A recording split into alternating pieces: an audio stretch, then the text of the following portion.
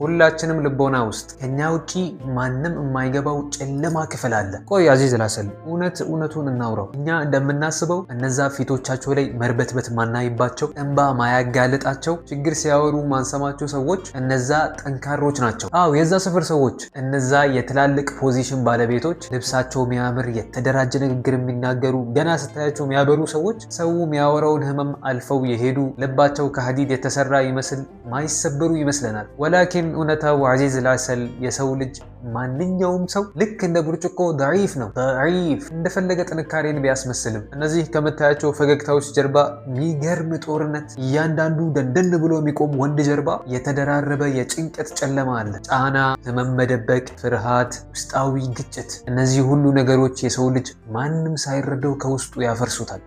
የሰው ልጅ መከራው የሆነች ቀለል ያለች ቃል፣ ቀለል ያለ እቅፍ በእውነት የሚያዳምጠው ጆሮ ከውድቀቱ ሊያድነው እየቻለ እድሜያችንን በሙሉ ጥንካሬን እያስመሰልን እንኖራለን። ከጀግንነት ውስጥ አንዱ ሰውየው ከመውደቁ በፊት ሚይዘውን እጅ መፈለጉ ነው። መላኢኮች አይደለንም አዚዝ ሙሻሂድ፣ በንግግር ብቻ እንደገና ተነስተን እንቀጥላለን።